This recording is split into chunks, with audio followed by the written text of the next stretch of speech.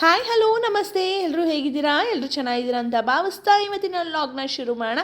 ಇವತ್ತು ನಾನು ಸಿಂಪಲ್ಲಾಗಿ ಬೇಗನೆ ಮಾಡುವಂತಹ ಬೀಟ್ರೋಟ್ ಪಲ್ಯ ಯಾವ ರೀತಿ ಮಾಡೋದು ಅನ್ನೋದನ್ನು ತಿಳಿಸ್ಕೊಡ್ತೀನಿ.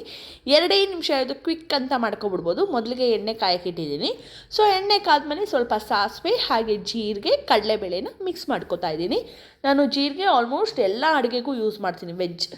ವೆಜ್ ಅಡುಗೆ ಏನೆಲ್ಲ ಮಾಡ್ತೀನಿ ಅದಕ್ಕೆಲ್ಲ ಆಲ್ಮೋಸ್ಟ್ ನಾನು ಜೀರಿಗೆನ ಯೂಸ್ ಮಾಡ್ತೀನಿ. ಸೊ ನೋಡಿ, ಎಲ್ಲ ಹಾಕಿ ಫ್ರೈ ಮಾಡೋಣ.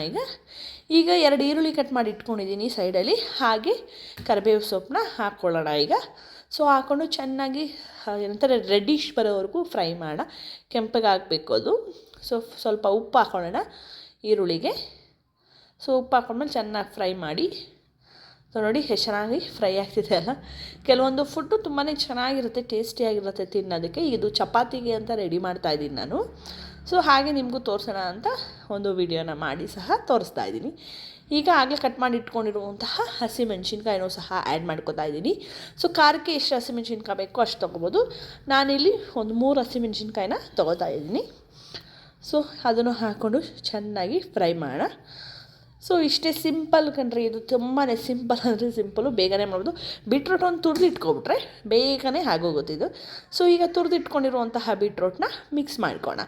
ಬೀಟ್ರೋಟು ತುಂಬಾ ಆರೋಗ್ಯಕ್ಕೆ ಒಳ್ಳೆಯದು. ಎಲ್ಲನೂ ಸಹ ಟ್ರೈ ಮಾಡಿ. ಹಾಗೆ ಬೀಟ್ರೋಟು ಕ್ಯಾರೆಟನ್ನ ಅಡುಗೆಯಲ್ಲಿ ಉಪಯೋಗಿಸಿ. ಸೊ ನಾನು ಆಗಲೇ ಹೇಳಿದೆ ಫ್ರೆಂಡ್ಸ್, ಬೀಟ್ರೂಟು ಕ್ಯಾರೆಟು ಈ ಥರ ಒಂದು ವೆಜಿಟೇಬಲ್ಸ್ನು ಸಹ ನಾವು ಯೂಸ್ ಮಾಡ್ಬೋದು. ಸೊ ನಮ್ಮ ಒಂದು ಬ್ಲಡ್ ಪ್ರೆಷರ್ಸು ಸಹ ಕಂಟ್ರೋಲ್ ಆಗುತ್ತೆ. ಸೊ ನೋಡಿ, ಬೀಟ್ರೂಟ್ಗೆ ಸ್ವಲ್ಪ ಅರಿಶಿನ ಆ್ಯಡ್ ಮಾಡ್ಕೊತಾ ಇದ್ದೀನಿ. ಹಾಗೆ ಮತ್ತಷ್ಟು ಉಪ್ಪನ್ನ ಆ್ಯಡ್ ಮಾಡಿಕೊಂಡು ಮಿಕ್ಸ್ ಮಾಡ್ಕೊಂಡೆ. ಸೊ ನೋಡಿ, ಫೈನಲ್ಲಾಗಿ ಬೀಟ್ರೂಟ್ ಪಲ್ಯ ಹೇಗೆ ಬಂತು. 5 ನಿಮಿಷ ನಾನು ಇದನ್ನು ಕ್ಲೋಸ್ ಮಾಡಿಬಿಟ್ಟಿದ್ದೆ. ಸೊ ಇವಾಗ ತುಂಬ ಚೆನ್ನಾಗಿ ಬರುತ್ತೆ ಬೀಟ್ರೂಟ್ ಪಲ್ಯ.